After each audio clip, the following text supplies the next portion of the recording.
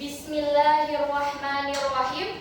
Assalamualaikum warahmatullahi wabarakatuh.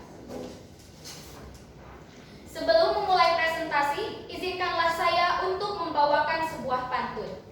Ada bayi baru lahir, waktu dewasa jadi orang mahir. Walaupun saya peserta terakhir, tapi semangat saya tak pernah berakhir. Kepada Dewan Juri yang saya hormati, serta hadirin sekalian yang saya hormati.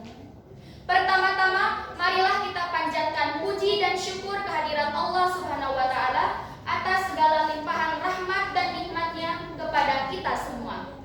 Tak lupa, sholawat beserta salam marilah kita sanjungkan kepada baginda Nabiullah Muhammad sallallahu alaihi wasallam, kepada para keluarganya, sahabatnya, dan kita sebagai umatnya di akhir zaman. Amin ya Allah ya Rabbal Alamin. Pada kesempatan ini, izinkanlah saya untuk mempresentasikan mengenai meneladani nama dan sifat Allah Subhanahu wa Ta'ala untuk kebaikan. Hadirin rahimakumullah. Tentu sudah kita ketahui kalau nama-nama Allah Subhanahu wa Ta'ala itu ada banyak sekali. Tetapi kita semua meringkasnya di dalam Asmaul Husna yang berjumlah 99 nama Allah yang baik dan benar. Kemudian tentu sudah kita ketahui kalau sifat-sifat Allah itu ada banyak sekali, tetapi bisa dibagi menjadi dua, yaitu sifat wajib bagi Allah dan sifat mustahil bagi Allah.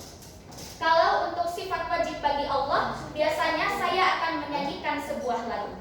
Izinkanlah saya untuk bernyanyi ya hadirin.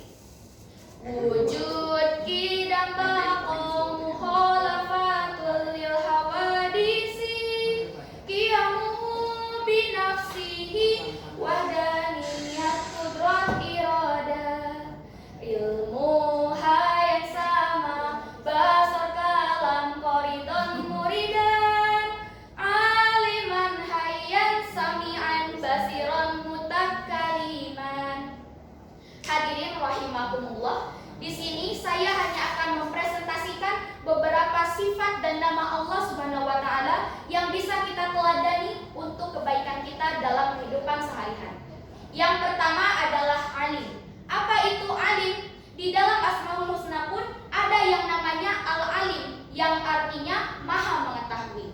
Sesuai dengan firman Allah di dalam Al-Quran surat Al-Mujadilah ayat 11. A'udzu billahi minasy syaithanir rajim. Bismillahirrahmanirrahim. Yarfa'illahu allazina amanu minkum wallazina utul ilma darajat. Al-ayah, shadaqallahul azim. Apa makna dari ayat tersebut? Allah Subhanahu wa Ta'ala berfirman, wahai orang-orang yang beriman, sesungguhnya Allah akan menambahkan derajat bagi orang-orang yang berilmu di antara kamu dengan beberapa derajat. Hadirin rahimakumullah, lalu bagaimana cara kita untuk meneladani sifat Allah alimun ini? Ada banyak sekali caranya, tetapi yang bisa kita lakukan adalah belajar, belajar, dan belajar. Mengapa harus belajar? Karena belajar tidak memandang tempat dan waktu. Belajar tidak memandang usia. Dengan belajar, kita bisa menemukan ilmu tentang hal-hal yang baru. Dan dengan belajar pula, kita bisa belajar dari masa lalu dan lebih baik di masa depan. Yang kedua, sifat Allah yang akan saya bahas adalah Hayyun, yang artinya hidup.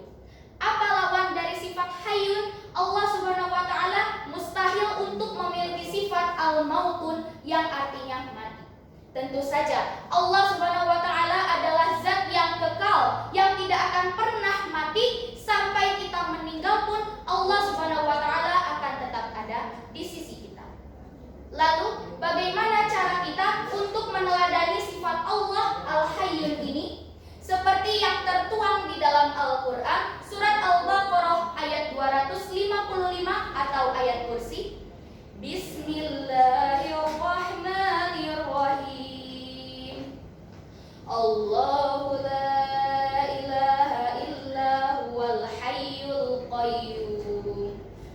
Al-ayah Shadaqallahul Azim, yang artinya Allah Subhanahu wa Ta'ala, tiada Tuhan selain Ia. Sesungguhnya Allah lah yang Maha Hidup dan Al-Qayyum, sesuatu yang berdiri sendiri tanpa memerlukan bantuan dari orang lain.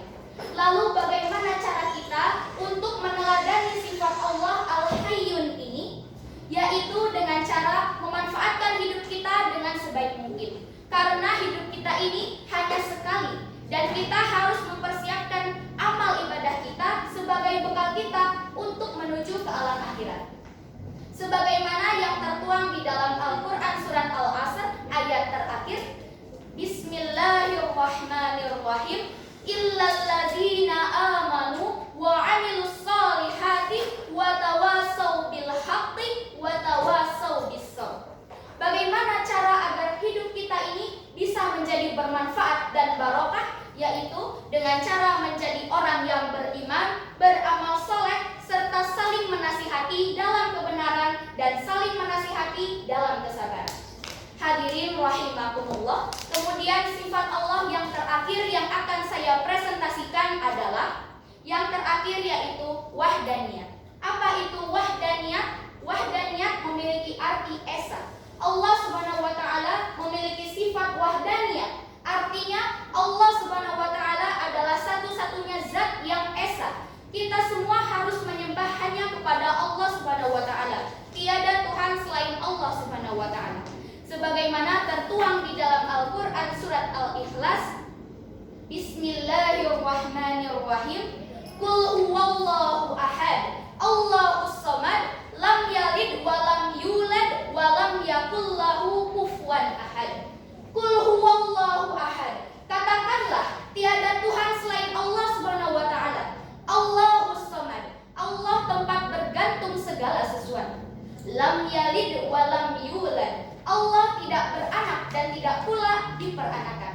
Wa lam yakul lahu kufuwan ahad, dan sesungguhnya tidak ada satupun yang menyamai Allah Subhanahu wa Ta'ala. Oleh karena itu, marilah kita menjadikan nama-nama Allah yang baik, yaitu Asmaul Husna, dan sifat-sifat Allah untuk membantu kita dalam menjalani hidup kita, agar hidup kita semakin bermanfaat dan barokah, serta mampu menjadikan kita semua berkumpul di hadirat syurga Allah Subhanahu wa Ta'ala. Amin ya Allah ya Rabbal Alamin. Mungkin cukup sekian yang dapat saya sampaikan. Kurang dan lebihnya mohon dimaafkan. Ditutup saja dengan pantun ini. Jangan lupa hadirin bilang cakep ya. Ya. Makan nasi